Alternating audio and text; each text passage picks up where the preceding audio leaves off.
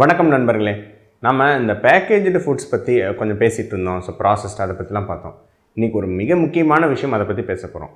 இந்த any packaged food நீங்கள் வந்து பேக்கிங் செய்யப்பட்ட உணவுகள் வாங்கினாலே நிறைய அதில் முத்திரைகள் இருக்கும், நிறைய மார்க் இருக்கும், நிறைய ஏதோ வாசகங்கள்லாம் போட்டிருப்பாங்க. Sugar free, cholesterol free, IFSSA, ISA என்னென்ன நம்பர்ஸ்லாம் போட்டிருப்பாங்க. அப்புறம் ஏதோ சிம்பிள்லாம் இருக்கும் வட்டம் வட்டமாக. இதுக்கெல்லாம் என்ன அர்த்தம்? இதெல்லாம் எப்படி நம்ம உண்மையாக கண்டுபிடிச்சிக்கிறது? இது ஆரோக்கியமாக இல்லையா? ஹோல் கிரெயின், மல்டிகிரெயின் இந்த வார்த்தைகள்லாம் நம்ம கண்டு ஏமாறணுமா இல்லையா? அதை பற்றி தான் நம்ம இந்த காணொலியிலையும் அடுத்த காணொலியும் நம்ம தொடர்ந்து பார்க்க போகிறோம். தொடர்ந்து இணைந்திருங்கள்.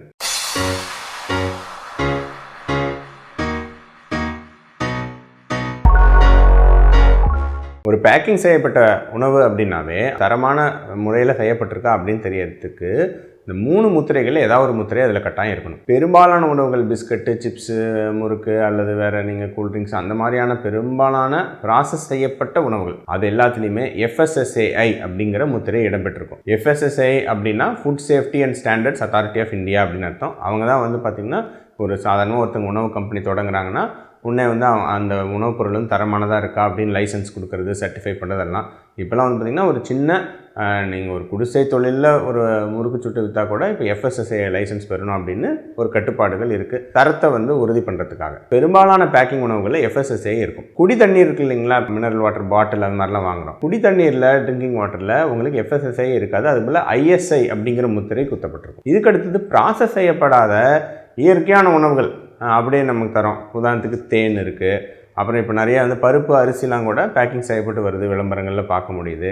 இந்த மாதிரியான உணவுகள் இருக்குங்களா, அப்படியே அந்த உணவை அப்படியே நம்ம ப்ராசஸ் செய்யாமல் அப்படியே ஒரு விளைவித்த பொருட்களை ஏதோ ஒன்று நம்ம அப்படியே கொடுக்குறோன்னா இதிலெல்லாம் அகுமார்க் அப்படிங்கிற முத்திரை இருக்கும். ஸோ பேக்கிங் செய்யப்பட்ட உணவுகள்னாலே FSSAI, ISI அல்லது அகுமார்க் இந்த 3ல் ஏதாவது ஒன்று அந்த பேக்கெட்டில் கட்டாயம் இருக்கணும்.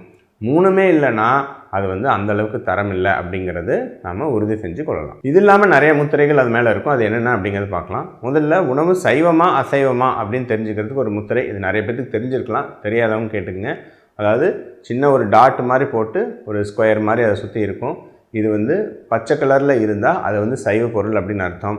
அது வந்து ஒரு ப்ரௌன் கலரில் அந்த மாதிரி இருந்தால் அது அசைவ பொருள் அப்படின்னு அர்த்தம். இதை வச்சு ஒரு சைவம் சாப்பிடணும் அப்படின்னு நினைக்கிறவங்க இதை வச்சு இந்த மார்க்கை வச்சு நம்ம வித்தியாசம் கண்டுபிடிச்சிக்கலாம். அடுத்தது Fortified அப்படின்னு சில முத்திரை வந்து நிறைய இடங்கள் இருக்கும்.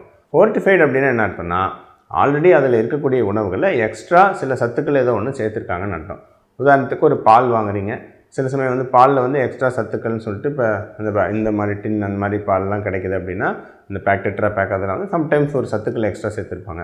உப்பு வாங்குறீங்க, அதில் அயோடின் சேர்த்துருக்காங்க அப்படின்னா Fortified அப்படின்னு போட்டிருப்பாங்க. நார்மல் தானியங்கள் வாங்குறீங்க, அதில் ஏதோ ஒரு இரும்பு சத்து எக்ஸ்ட்ரா சேர்த்துருந்தாங்கன்னா Fortified அப்படின்னு போட்டிருப்பாங்க. ஸோ Fortified அப்படின்னா ஆல்ரெடி இருக்கிற பொருளுக்கு மேலே எக்ஸ்ட்ரா கொஞ்சம் ஏதோ ஒரு வைட்டமின் சத்தோ இரும்பு சத்தோ ஏதோ ஒன்று சேர்த்துருக்காங்கன்னு அர்த்தம். ஸோ அது வந்து ஓரளவுக்கு ஒரு நல்ல விஷயமா நீங்கள் வந்து பார்க்கலாம். அடுத்தது இப்போ நிறைய பேர் வந்து ஆர்கானிக் பொருட்களை விரும்பி வாங்குகிறாங்க, ஆர்கானிக் உணவுகள் அது மாதிரிலாம் சொல்கிறாங்க.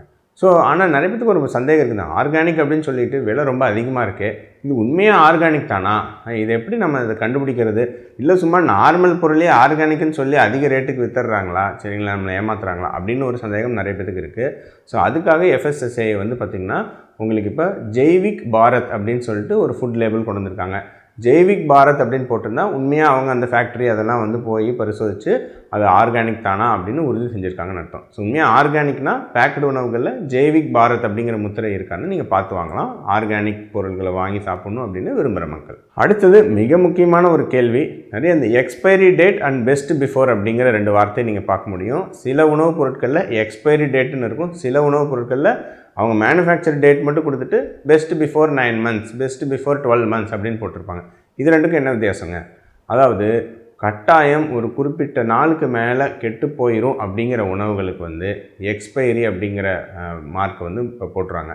ஸோ எக்ஸ்பைரின்னு உதாரணத்துக்கு ஒரு பால் அல்லது ஒரு இறைச்சி, சரிங்களா, ப்ராசஸ் செய்யப்பட்ட ஏதோ ஒரு இறைச்சி, இதெல்லாம் வந்து இத்தனை நாள்னு கணக்கு வச்சுட்டு அந்த நாளை தாண்டிட்டு அது கெட்டு போயிடும், சரிங்களா. அதனால் அதுக்கு மேலே அதை பயன்படுத்தவே கூடாது. பெஸ்ட்டு பிஃபோருங்கிறத ஆனால் இப்போ நிறைய உணவுப் பொருட்களில் பார்க்க முடியுது. பெஸ்ட்டு பிஃபோர்னால் என்ன அப்படின்னு வந்து பார்த்திங்கன்னா, இப்போ உதாரணத்துக்கு மேபி மே மாதத்தில் ஒரு உற்பத்தி பண்ணுறாங்க ஒரு பொருளை, அவங்க 6 மாதம் வரைக்கும் அது நல்லாயிருக்கும், அதுக்கேற்ற மாதிரி ப்ரிசர்வேட்டிவ்ஸ் அதெல்லாம் சேர்த்துருக்காங்க அப்படின்னா 6 அது ஸ்டாண்டர்ட் டெஸ்ட் பண்ணியிருப்பாங்க. 6 மாதம் FSSAI லைசன்ஸ் வாங்குறதுக்கு 6 மாதம் வரைக்கும் அந்த பொருளை அந்த பேக்கெட்டில் வச்சுருந்தா 6 மாதங்க அந்த டைம் வரைக்கும் அவங்க வந்து அதில் டெஸ்ட் பண்ணுவாங்க, அதில் ஏதாவது கிருமிகள் வளருதா அப்படின்னு அதை டெஸ்ட் பண்ணி அந்த ரிப்போர்ட்டை வச்சு தான் அவங்க லைசன்ஸ் வாங்க முடியும். ஸோ பெஸ்ட் பிஃபோர் அப்படின்னா ஒரு பெஸ்ட் பிஃபோர் 6 மந்த்ஸ்னால் இந்த மே மாதத்துலேருந்து 6 மாதம் அது வந்து பெருசாக கெட்டு போகாமல் இருக்கும் அப்படின்னு அர்த்தம். பெஸ்ட் பிஃபோரில் இன்னொரு முக்கியமான விஷயம்னா, இப்போ நான் உதாரணத்துக்கு ஒரு பிஸ்கட்டு அல்லது ஒரு சிப்ஸு, முறுக்கு இதெல்லாம் பெஸ்ட் பிஃபோர் ஒரு 6 மந்த்ஸ்னு இருக்குது. நீங்கள் வந்து ஒரு மாதம் கழித்து தெரியாமல் ஏதோ சாப்பிட்றீங்க அப்படின்னா கூட பெரிதாக அந்தளவுக்கு கெடுதல் வராது, ஒரு தெரியாமல் சாப்பிட்டீங்கன்னா கூட. ஏன் அப்படின்னா உடனடியாக 6 மாதத்தில் எக்ஸ்பைரினா அது ஒன்றும் டைம் பாம் கிடையாது. 6 மாதம் ஆனோன்னே அப்படியே வெடிச்சு போகிறதுக்கு அது 6 மாதங்கிறது சம்டைம்ஸ் 1 or 2 months கூட எக்ஸ்ட்ரா அது வந்து உங்களுக்கு அதனுடைய நிலைப்பாடு மாறாமல் இருக்கும், அதனுடைய தன்மை மாறாமல் இருக்கலாம். சாப்பிடுங்கன்னு சொல்லவில்லை, தெரியாமல் நீங்கள் ஏதாவது சாப்பிட்டீங்கன்னா கூட பெரிய பாதகம் விளைவிக்காது. ரொம்ப அந்த டேட்லேருந்து தள்ளி போய் சாப்பிட்டா தான் அது வந்து ப்ராப்ளமாக ஆரம்பிக்கும். சரிங்களா? ஸோ அதனால் பெஸ்ட்டு பிஃபோர் எக்ஸ்பைரினா ஸ்ட்ரிக்டாக அந்த டேட்டு இப்போ ஸ்ட்ரிக்டாக பார்க்கணும். பெஸ்ட்டு பிஃபோர்னு போட்டிருந்தா உங்களுக்கு ஓரளவுக்கு அதில் ரிலாக்ஸேஷன் கொடுக்க முடியும். அப்புறம் வேறு என்ன சேர்த்துருக்காங்க அப்படிங்கிறது இன்க்ரீடியன்ஸில் இருக்கும், என்னென்ன பொருள் சேர்த்துருக்காங்கன்னு. சில சமயம் அந்த பொருளோட பேரே போட்டிருப்பாங்க, அல்லது சிம்பிளாக கண்டெய்ன்ஸ் அடிட்டிவ்ஸ்னு போட்டு நம்பர் மாதிரி போட்டிருப்பாங்க. E241 E250 அப்படின்னா அந்த ப்ரிசர்வேட்டிவ் ஏதோ ஒரு கெமிக்கல், நம்ம அந்த வீடியோலாம் சொல்லியிருக்கேன் எந்தெந்த நம்பருக்கு எப்படி அர்த்தம் கண்டுபிடிக்கிறதுன்னு.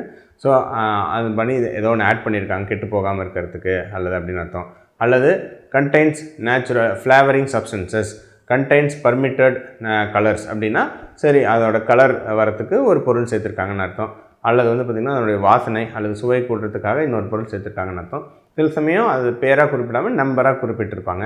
அது என்னன்னு தெரியணும்னா நம்ம கூகுளில் அந்த நம்பர் சர்ச் பண்ணோம்னா ஈஸியாக வந்து உங்களுக்கு ஓகே இது என்ன பொருளாக, இது ஓகேவா இல்லையா அப்படிங்கிறது தெரியும். ரொம்ப நிறைய பேர் வந்து அதை கவனித்து வாங்கணும். இல்லை FSSAI அதெல்லாம் வந்து ரொம்ப சிம்பிளாக சொல்லணுன்னா, ஆல்ரெடி இதுக்குன்னு ஒரு ஆர்கனைசேஷன் இருக்குது. ஒரு உணவுப் பொருள் அவங்க லைசன்ஸ் கொடுக்குறாங்கன்னா நம்ம நார்மலாக மனுஷங்களுக்கு பெருசாக பிரச்சனை விளைவிக்காத அந்த அடிட்டிவ்ஸ் தான் உங்களுக்கு ஆட் பண்ணியிருப்பாங்க. இல்லை உங்களுக்கு இன்னும் அது சந்தேகம் இருக்குன்னா நீங்கள் அதை போய் டெஸ்ட் பண்ணி அது கூகுளில் சர்ச் பண்ணி இது ஓகேவா இல்லையா அப்படிங்கிறத நாம் தெரிஞ்சுக்க முடியும். அடுத்தது நிறைய இடங்களில் பார்க்கக்கூடிய வார்த்தைகள் வந்து என்ன அப்படின்னு வந்து பார்த்திங்கன்னா மல்டிகிரெயின் அப்படின்னு போட்டிருப்பாங்க. இந்த மல்டிகிரெயின் அப்படிங்கிறது இப்போ ரொம்ப ஃபேமஸான வார்த்தையாக இருக்குது. மல்டிகிரெயின் பிஸ்கட்டு, மல்டிகிரெயின் சப்பாத்தி மாவு, மல்டிகிரெயின் அப்படின்னாவே மல்டிகிரெயின் ப்ரெட்டு, இன்னும் நிறைய மக்கள் பயங்கர அப்படியே குதூகலம் ஆயிடுறாங்க மல்டிகிரெயின்ங்கிறத பார்த்தாவே. ஆனால் தெரிஞ்சுக்க வேண்டிய முக்கியமான விஷயம் என்னென்னா, மல்டிகிரெயின்னா பயங்கர ஆரோக்கியமானதுன்னு கிடையாது. மல்டிகிரெயின் அப்படின்னா நிறையா தானியங்கள் கலந்துருக்குன்னு அர்த்தம், அவ்வளோதான். அப்படி இருந்தால் மல்டிகிரெயின் அவ்வளோதான். ஸோ ஒரு 4 தானியம் வந்து இப்போ நீங்கள் ஒரு கோதுமை ப்ளஸ் ஏதோ ஒரு கடலை, ஏதோ ஒரு 3 தானியங்கள் கலந்துட்டால், ஒரு ராகி கலந்துட்டால் உடனடியாக அது பயங்கரமான சத்து உள்ளது அப்படின்னு அர்த்தம் கிடையாது. அந்த ஒட்டுமொத்த மாவில் எவ்வளோ மாவுச்சத்து இருக்குது, எவ்வளோ நார்ச்சத்து இருக்குது, மற்ற சத்துக்கள் எந்த அளவில் இருக்குது அப்படிங்கிறது தான் அது ஆரோக்கியமானதாக இல்லையாங்கிறது தீர்மானிக்குது. வெறும் மல்டிகிரெயின் அப்படிங்கிற வார்த்தையை நம்பி ஏமாற வேண்டாம். ஏன்னா மல்டிகிரெயின்லேயுமே ஃபைபரெல்லாம் தூக்கிட்டு வெறும் கிட்டத்தட்ட மைதா மாவு மாதிரி, வெள்ளை அரிசி மாதிரி பாலிஷ் செய்யப்பட்ட தானியங்களை வச்சு கூட மல்டிகிரெயின் உணவு தயாரிக்க முடியும். நல்லா இது ஞாபகம் வச்சுக்கோங்க. அதை விட பெட்டர் நான் என்ன சொல்லுவேன்னா, கண்டெய்ன்ஸ் ஹோல் கிரெயின் அப்படின்னு போட்டிருந்தாங்கன்னா முழு தானியங்களாக சேர்த்துருக்காங்கன்னு அர்த்தம். ஸோ முழு தானியங்களாக உணவு சேர்த்துருக்காங்கன்னா அதனுடைய அந்த வெளியே இருக்கக்கூடிய அந்த தவிட்டு பொருள்னு சொல்லுவாங்க இல்லைங்களா, அந்த தவிட்டு லேயர், தவிடு அதுவும் சேர்ந்துருக்குன்னு அர்த்தம். அப்போ வந்து அதனுடைய நார்ச்சத்து, அதனுடைய வைட்டமின் சத்து, அதனுடைய இரும்பு சத்து இதெல்லாம் அதிகமாக இருக்கும். ஸோ மல்டிகிரெயினா ஹோல் கிரெயினா அப்படின்னு பார்த்தீங்கன்னா ஹோல் கிரெயின்கிற வார்த்தை இன்னும் பெட்டர். சரிங்களா? மல்டிகிரெயினில் அது ஆரோக்கியமானதாகவும் இருக்கலாம், இல்லை ஆரோக்கியம் இல்லாமையும் மல்டிகிரெயின்கிற உணவை தயாரிக்க முடியும். இப்போ இன்னொரு முக்கியமான வாசகம் என்ன அப்படின்னு வந்து பார்த்திங்கன்னா, கண்டெய்ன்ஸ் நேச்சுரல் ப்ராடக்ட்ஸ் அல்லது நேச்சுரல்னு போட்டிருப்பாங்க. மக்களுக்கெல்லாம் பயங்கர குதூகலம் ஆயிடுறாங்க இந்த வார்த்தையை பார்த்தோன்னே. ஐயோ நேச்சுரல் அப்படின்னு சொல்லிட்டு பிஸ்கட்டு, கேக்கு அப்படின்னு பயங்கர ப்ராசஸ் செய்யப்பட்ட உணவுகளை, உங்களுக்கு ஆரோக்கியம் இல்லாத உணவுகள்னால் கூட நேச்சுரல்னு ஒரு வார்த்தை இருந்தால் அப்படியே அதனுடைய காலில் விழுந்து அப்படியே எடுத்து சாப்பிட்றாங்க. ஆனால் இதுக்கு முக்கியத்துவம் கொடுக்கணுமான்னா உண்மையாக அந்த கைட்லைன்ஸ் படி, FSSAI ஸ்டாண்டர்ட்ஸ் படி நேச்சுரல்னால் உங்களுக்கு ஏதோ ஒரு பொருளை இயற்கையாக அப்படியே ஆட் பண்ணியிருந்தாவே நீங்கள் நேச்சுரல் அப்படின்னு போட்டுக்கொள்ளலாம் அந்த பாக்கெட் மேலே. உதாரணத்துக்கு ஒரு ஃப்ரூட் ஜூஸ் தயாரிக்கிறாங்க, அதில் பயங்கரமாக மற்ற வந்து கலர்ஸ் ஆட் பண்ணியிருக்காங்க, நிறைய சர்க்கரை ஆட் பண்ணியிருக்காங்க, எல்லாம் அது இதையும் எல்லாம் சுவை கூட்டுறதுக்கு அது இதையும் ஆட் பண்ணியிருக்காங்கன்னா கூட ஒரு 10% ஒரு பைனாப்பிள் ஜூஸாக ஒரு 10% உண்மையான பைனாப்பிள் அரைச்சி அது உள்ளே கலந்துருந்தாங்க அப்படின்னாவே அது நீங்கள் நேச்சுரல்னு போட்டுக்கொள்ளலாம். கண்டெய்ன்ஸ் நேச்சுரல் ப்ராடக்ட்ஸ்னால் அதில் ஒரு ஐட்டம் ஒரு இயற்கையான பொருள் அப்படியே கலந்தாலும் நேச்சுரல் போட்டுக்கலாம். அல்லது இன்னொரு பொருள் இருக்குது, அது வந்து வெறும் ஃப்ளேவர் மட்டும்தான், vanilla flavour, pineapple flavour, orange ஃப்ளேவர்னால் அவங்க நேச்சுரல்னு போட முடியாது. அது ஓகே, அது சிந்தட்டிக் ஃப்ளேவர். ஆனால் 10% ஜூஸ் ஆட் பண்ணாலும் நேச்சுரலுங்கிற வார்த்தையை நீங்கள் உங்கள் பேக்கிங் மேலே போட்டுக்கொள்ளலாம். அப்படி தான் விதிமுறைகள் இருக்குது. ஸோ அதனால் நேச்சுரல் அப்படின்னு ஒரு வார்த்தை இருந்தாவே அப்படியே பயங்கர சூப்பர் அப்படின்னு அர்த்தம் கிடையாது. நிறைய உண்மையை பார்த்திங்கன்னா இப்போ நிறையா ஹெர்பல், ஆயுர்வேதிக், நேச்சுரல் அப்படிங்கிற வார்த்தையை தான் கண்டு மக்கள் ஏமாறுறாங்க. ஆனால் அப்படி விற்கக்கூடிய பொருட்களும் வந்து பார்த்திங்கன்னா நார்மலாக மற்ற அந்த மாதிரி வார்த்தைகள் போடாத உணவுகளோ மற்ற பொருட்களோ எப்படி தயாரிக்கிறாங்களோ அதே மாதிரி அடிட்டிவ்ஸ், அதே மாதிரி கெமிக்கல் அடிட்டிவ்ஸ், அதே மாதிரி ப்ரிசர்வேட்டிவ்ஸ், சரிங்களா. ரொம்ப ஃபேமஸான கம்பெனிலாம் இருக்குது, நான் பெயர் சொல்ல விரும்பலை, சரிங்களா. ரீசெண்டாக அப்படியே பயங்கர ஹெர்பல் அந்த மாதிரி நேமில் நிறைய சேல் பண்ணுறாங்க. அதுலேயும் எல்லா உணவுகளும் போல் தயாரிக்கப்படுது. பெரிய வித்தியாசங்கள் இல்லை அப்படிங்கிறது தான் ஒரு வருந்தத்தக்க உண்மை. ஸோ உண்மையாக நீங்கள் வீட்டில் ஒன்று தயாரிக்கிறீங்க அல்லது பக்கத்தில் ஒரு கடையில் ஒன்று தயாரிக்கிறாங்க, நேச்சுரலாக ஒன்று தயாரிக்கிறாங்க, அதை உடனடியாக ஃப்ரெஷ்ஷாக எடுத்து சாப்பிட்டிங்கன்னா மட்டும்தான் அது உண்மையான நேச்சுரல் ப்ராடக்ட்டு. அல்லது ஒரு பழத்தை பறித்து அப்படியே சாப்பிட்டிங்கன்னா அது உண்மையான நேச்சுரல் ப்ராடக்ட்டு. மற்றபடி பேக்கிங்கில் வந்துட்டாவே அதோடைய ஆயில் நீடிக்கிறதுக்கு தேவையான சில கெமிக்கல்ஸ் அதெல்லாம் ஆட் பண்ண தான் செய்வாங்க. பட் அது ரொம்பவும் பயப்பட தேவையில்லை. நம்ம அது என்ன ஏதுங்கிறது போன வீடியோவில் பார்த்தோம். ஆனால் வெறும் இந்த நேச்சுரல் அப்படிங்கிற வார்த்தையை கண்டுலாம் ஏமாற வேண்டாம். ஸோ ஒரு சின்ன நேச்சுரல் ப்ராடக்ட் ஆட் பண்ணியிருந்தாலும் அந்த வார்த்தையை போட்டுக்கொள்வாங்க. ஸோ அதனால் அதை கண்டு ஏமாற வேண்டாம். ஸோ உணவு அப்படிங்கிறப்ப நிறையா வார்த்தை ஜாலங்கள், மாயா ஜாலங்கள், இதை நம்பி ஏமாற வேண்டாம்.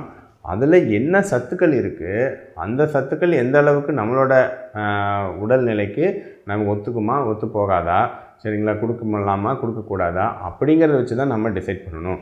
ஸோ இந்த வார்த்தை ஜாலங்களை கண்டு ஏமாற வேண்டாம். என்ன சத்துக்கள் இருக்குதுன்னு பார்க்கணும். என்ன சத்துக்கள் இருக்குது அப்படின்னு எப்படி கண்டுபிடிக்கிறது, அதை பற்றி நாம் அடுத்த காணொளியில் பார்ப்போம்.